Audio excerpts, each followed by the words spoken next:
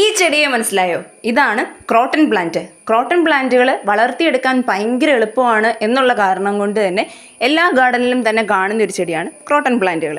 നമുക്കിതിനെ ഭയങ്കര സിമ്പിളായിട്ട് വളർത്തിയെടുക്കാൻ പറ്റും. ഇതിൻ്റെ ഒരു കമ്പ് മുറിക്കുക, വെയിലുള്ളൊരു സ്ഥലത്ത് നട്ടു വെക്കുക, അത് മാത്രം ചെയ്താൽ മതി. നമ്മളിത് ചട്ടിയിലാണ് നടുന്നതെന്നുണ്ടെങ്കിൽ പിന്നെ നനച്ചൊക്കെ കൊടുക്കേണ്ടി വരും.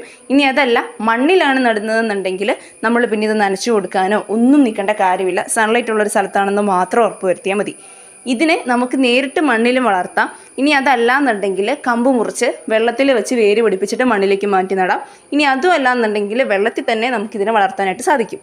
ഇത് നമ്മൾ വെയിലുള്ള സ്ഥലത്ത് വെക്കുകയാണെന്നുണ്ടെങ്കിൽ ഇലകൾക്കൊക്കെ നല്ല തിളക്കം ഉണ്ടായിരിക്കും, നല്ല കളറും ഉണ്ടാവും. അതേസമയം നമ്മൾ വെയിൽ കുറവുള്ള സ്ഥലത്താണ് നടുന്നതെന്നുണ്ടെങ്കിൽ ഇലകളിൽ പച്ച കളറായിരിക്കും കുറച്ചും കൂടെ കൂടുതലായിട്ട് കാണാറുള്ളത്. ഇനി നമ്മളിതിനെ കട്ട് ചെയ്ത് നിർത്തുകയാണെന്നുണ്ടെങ്കിൽ ഇതിൻ്റെ ഭംഗി കൂടും. കാരണം ഇത് നല്ല തിക്കായിട്ട് വളർന്നു വരും. അപ്പോൾ നമുക്കൊരു വലിയ സ്പേസ് ഉണ്ട്, അത് ഫില്ല് ചെയ്യണം. അങ്ങനെയൊക്കെയാണെന്നുണ്ടെങ്കിൽ ഇതിനെ കട്ട് ചെയ്ത് നിർത്തുകയാണെന്നുണ്ടെങ്കിൽ അവിടെ നല്ല ബുഷിയായിട്ട് നല്ല തിക്കായിട്ട് ഇത് വളരും. ഇനി അതല്ല എന്നുണ്ടെങ്കിൽ നമ്മൾ കട്ട് ചെയ്തില്ലെങ്കിൽ ഇതൊരു മരം പോലെ അങ്ങ് പൊങ്ങിയും വരും. അതൊക്കെ നമ്മുടെ ഇഷ്ടത്തിനനുസരിച്ചിട്ടും നമ്മുടെ ഗാർഡൻ്റെ വലിപ്പം അനുസരിച്ചിട്ടും ഒക്കെ നമുക്ക് സെറ്റ് ചെയ്യാൻ പറ്റുന്നതാണ്. അപ്പം ഏറ്റവും എളുപ്പത്തിൽ വളർത്താൻ പറ്റുന്ന ഒരു ചെടിയെ നമ്മൾ പരിചയപ്പെട്ടില്ലേ, നമ്മുടെ ക്രോട്ടൺ പ്ലാന്റിനെ പറ്റിയിട്ട്.